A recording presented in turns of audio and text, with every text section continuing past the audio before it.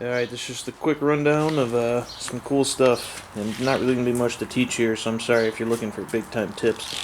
But I got the '06 Sportster, just installed the Burly bars.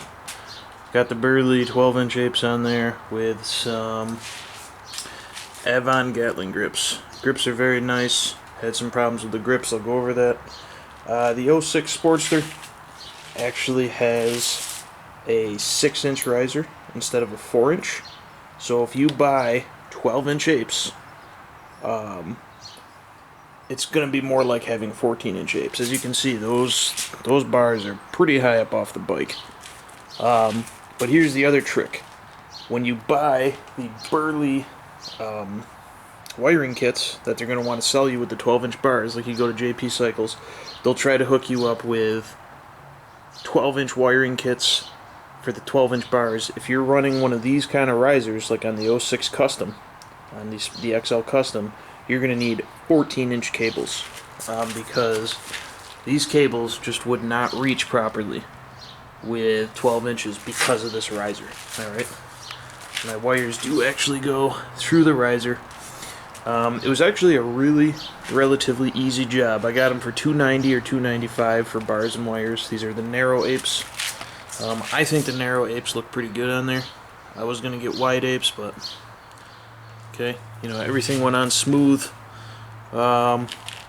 So the actual wiring inside there, everyone says to cut off the little Burly crimps and to just solder them on.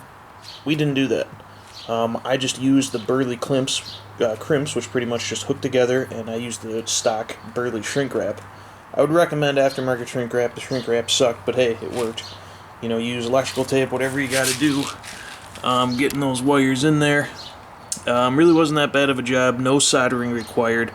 All the supplied wires matched up with the colored wires inside the kit, so it was really kind of a no-brainer. There wasn't much work on the wiring. I'd say more of the work was taking everything apart. You start with taking the tank off, the seat off, you disconnect the battery. You gotta just take this whole carb housing off, you know, so you can get to the throttle lines.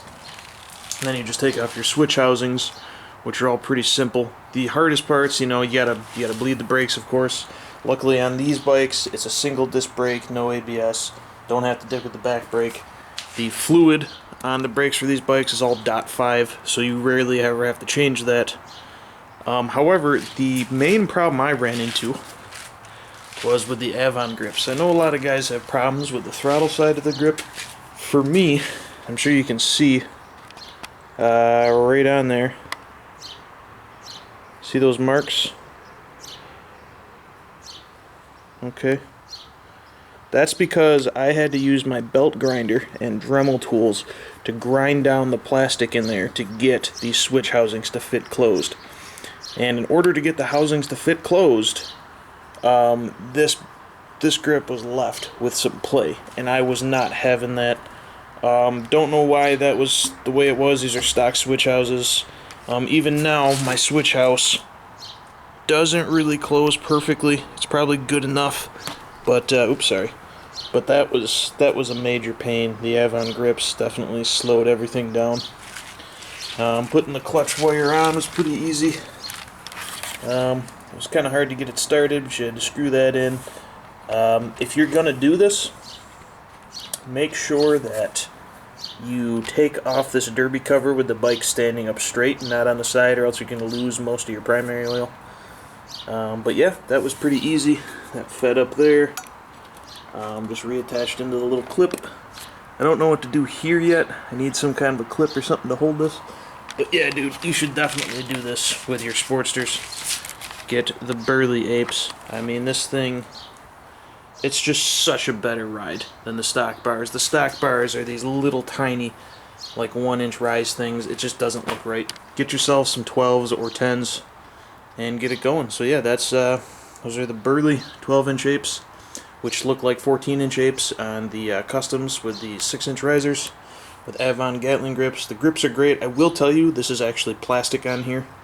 They're not real chromed aluminum. It's plastic. And these are not the squishiest things in the world, but they are a little squishy. They're big, and they feel great. Okay? So that's it, guys. Total price was about $350, and probably about, well, if you don't know what you're doing like we didn't at first, probably be about 12 hours labor. Alright, see ya.